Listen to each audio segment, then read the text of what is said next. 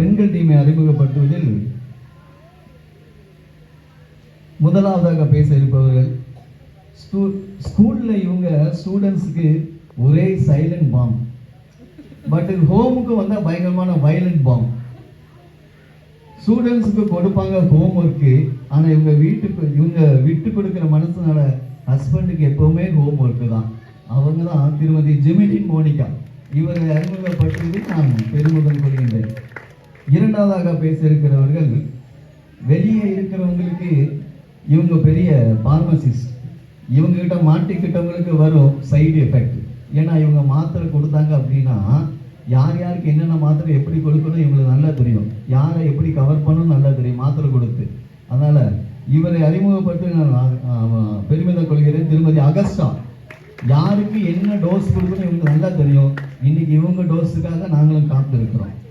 மூன்றாவதாக பேச இருக்கிற நபர் சண்டே வாண்டுகளுக்கு போடுவாங்க சைலண்ட் மோடு. இப்போ ஆண்கள் டீமுக்கு போட வராங்க ஏரோப்ளேன் மோடு, மட்டுமில்ல பயங்கரமான பாம் மோடு. ஏன்னா ஆட்டுக்குட்டி கதை சொல்வதில் கில்லாடி, போட்டின்னு வந்தா ஆண்கள் எல்லாம் இவங்க முன்னாடி பலியிடப்படும் ஆட்டுக்குட்டி தான். திருமதி லீமா அவர்கள் அறிமுகப்படுத்துவதில் பெருமிதம் கொள்கிறேன். நிறைவாக ஒரு முக்கியமான ஆளை நம்ம சொல்லி ஆகணும். ஏன்னா ஆண்கள் டீம்ல இருந்து பெண்கள் டீமுக்கு போயிருக்காப்புல பேசக்குன்னு. இவர் எப்படிப்பட்ட ஆள்னா ரியல் எஸ்டேட்ல இடத்தையே லே அவுட் போடுவாரு, ஆனா வீட்டுக்குள்ள போனா மனுஷன் லாக் அவுட் ஆயிடுவாரு. மற்றவங்களுக்கு பிளாட் போட்டு நல்லா போடலாம், ஆனா வீட்டுக்குள்ள எங்க அக்காவின் பார்வையில பிளாட் ஆயிடுவாரு. அங்க எதையுமே நினைக்க முடியாது, எடுத்து பேசவே முடியாது, படுத்துருவாரு. எங்க அண்ணன் நினைச்சுவாரு படுத்துருவாரு. நமக்கு எந்த வில்லங்கும் வரக்கூடாது அப்படின்னு ஒரு சதுர அடிக்குள்ளே தன்னை என்ன செய்வாரு சுருக்கிட்டு பெண்களோட விட்டு கொடுத்தல பல பக்கங்களுக்கு அட்வான்ஸே வாங்காம இங்க பேச வந்திருக்கிறாரு. இவர் டீல் பண்றதுல கிங்கா இல்ல என்ன அப்படி பார்க்க நானும் ஆசையா இருக்கிறேன். லீகலா இருப்பாரு திரு ஆசிர் அவர்களை அறிமுகம் செய்வதில் நான் பெருமிதம் கொள்கிறேன். இப்படியாக 2 டீம்லையும் 4 பேரை அறிமுகப்பட்டது. இப்போ முதல்ல பெண்கள் டீம் பேச வருவாங்க, அதுக்கு ஆண்கள் டீம் என்ன செய்வாங்க அப்படின்னா பதில் அறிக்கை கொடுப்பாங்க. இப்போ பெண்கள் டீம்ல முதலாவது மோனிகா அவர்கள் பேச வரும்படி அன்புடன் அழைக்கிறேன். உங்களுக்கு 7 நிமிடங்கள். கைகளை தட்டி உற்சாகப்படுத்துங்க. ஒவ்வொருவரும் பேசும் பொழுது நீங்க கைகளை தட்டுங்கள், அப்பொழுதுதான் அவங்க உற்சாகம் பேச வருவார்கள். அது விட்டு கொடுங்க கொஞ்சம். பேசுங்க. மைக் ஆன்ல தான் இருக்கும். கர்த்தருடைய பெரிதான கிருபையினால் நம்முடைய புதிய ஆலய பிரதிஷ்டை பண்டிகை வெகு விமரிசையாக நடைபெற்றது. அதையடுத்து அசன விருந்து எல்லாரும் திருப்தியா சாப்பிட்டிருப்பீங்கன்னு நினைக்கிறேன். அடுத்தபடியாக இந்த பட்டிமன்ற நிகழ்ச்சியை வழிநடத்தி வரும் மரியாதைக்குரிய நடுவர் அவர்களுக்கும், உண்மையை மட்டுமே பேச இருக்கும் எனது அணியினருக்கும், நாங்கள் சொல்ல போகும் உண்மையை ஏற்றுக்கொள்ளும் பக்குவத்துடன் அமர்ந்திருக்கும் எதிர் அணியினருக்கும், இந்நிகழ்ச்சியை கண்டுகளிக்க வந்திருக்கும் என் சொந்தங்களாகிய உங்கள் யாவருக்கும் கர்த்தராகிய இயேசு கிறிஸ்துவின் நாமத்தினாலே அன்பின் வாழ்த்துக்கள். நான் பேச முன்னாடி ஒரு டிஸ்க்ளைமர் மட்டும் சொல்லிக்கிறேன். இங்க இருக்கிற எல்லாரும் பலவிதமான பட்டிமன்றங்கள்ல பேசின பேச்சாளர்கள்.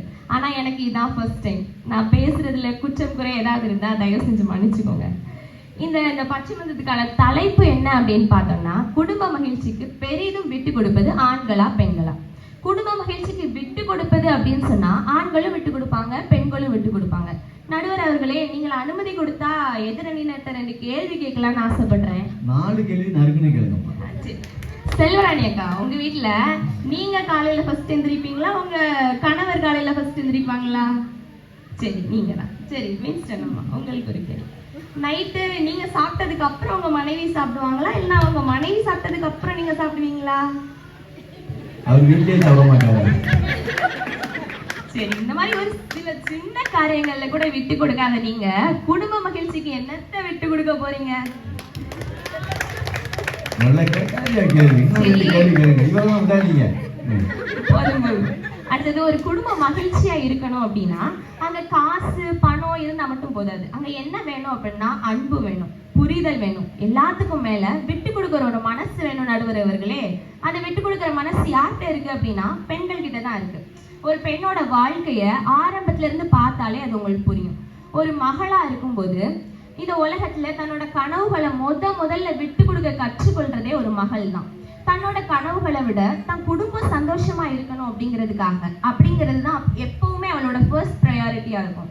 தான் ஏதாவது ஆசையா கேட்டு அதை அப்பா அம்மாவால வாங்கி தர முடியாம போயிடுமோ அப்படிங்கிறதுக்காக தன்னோட மனசுக்குள்ளே அந்த ஆசை எல்லாத்தையுமே பூட்டி வச்சுப்பா.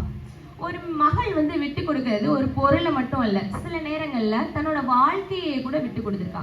இதுக்கு உதாரணமா வேதத்துல ஒண்ணு மட்டும் பார்க்கலாம். எப்தாவின் குமாரத்தி எல்லாருக்கும் தெரிஞ்சிருக்கும். எப்தாங்கிறவர் வந்து அம்மோன் புத்திரர் இடத்துல வந்து யுத்தம் பண்ண போறாரு.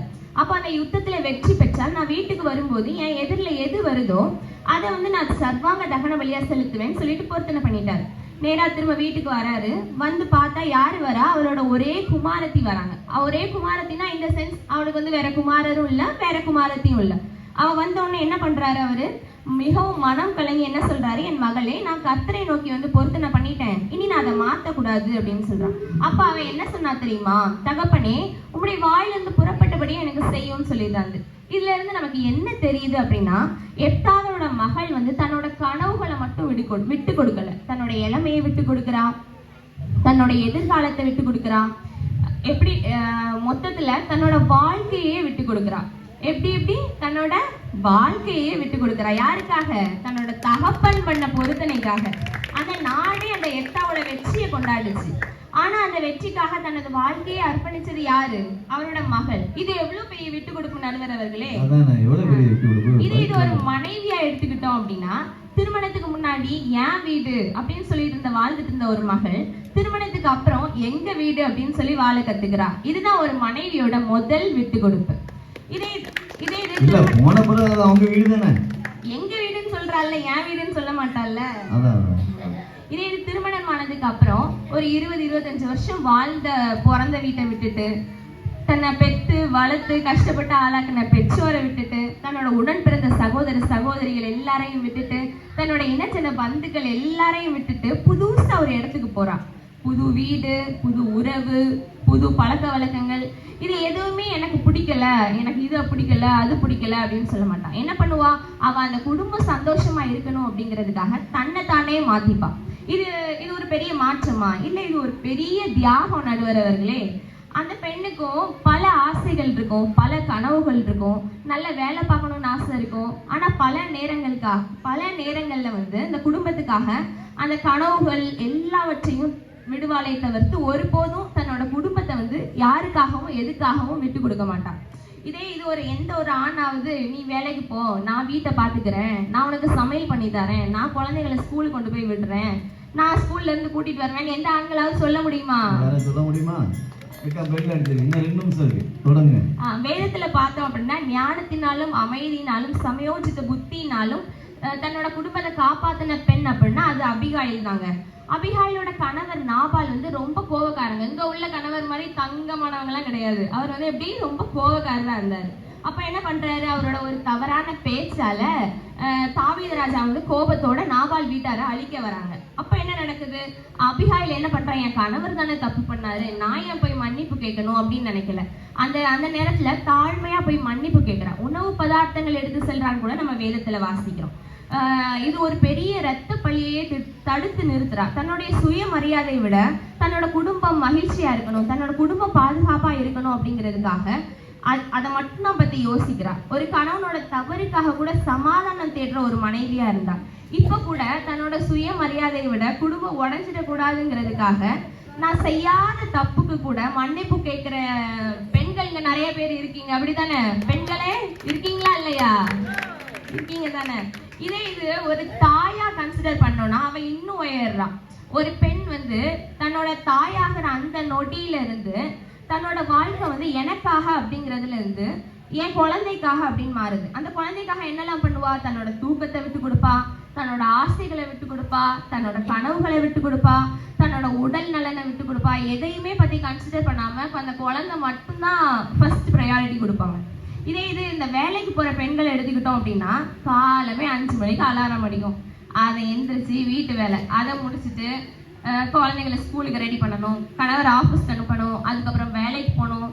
அந்த அவசரத்துல கூட குழந்தைங்க யூனிஃபார்ம் போட்டு விட்டுறதுல இருந்து school bag, lunch bag, water bottle, homework diary எல்லாத்தையும் எடுத்து வைக்கிறது எல்லாமே என்னது, யாரு, ஒரு தாய் தான் எடுத்து வைப்பா. இப்படி எல்லாரையும் கவனிச்சுட்டு கடைசியா ஒரு கப் டீயோட ஆபீஸ்க்கு போவா.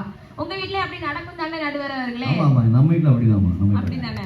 இதே இது ஒரு பொருளாதார சிக்கல் வந்தது அப்படின்னா தன்னோட கழுத்துல போட்டிருக்கிறதையோ கையில கால்ல போட்டிருக்கிறதையோ கலத்தி யாருங்க கொடுப்பா? பெண்கள் தானே. ஆமா, பெண்கள் எல்லாத்தையும் கலத்தி கொடுத்து தன்னோட குடும்ப சந்தோஷத்துக்காக எவ்வளவோ விட்டு கொடுக்குறாங்க. டைம் முடிஞ்சுமா, அதை விட்டு கொடுக்க மாட்டேதான் கேட்டேன். கடைசியா ஒண்ணு சொல்லிக்கிறேன்.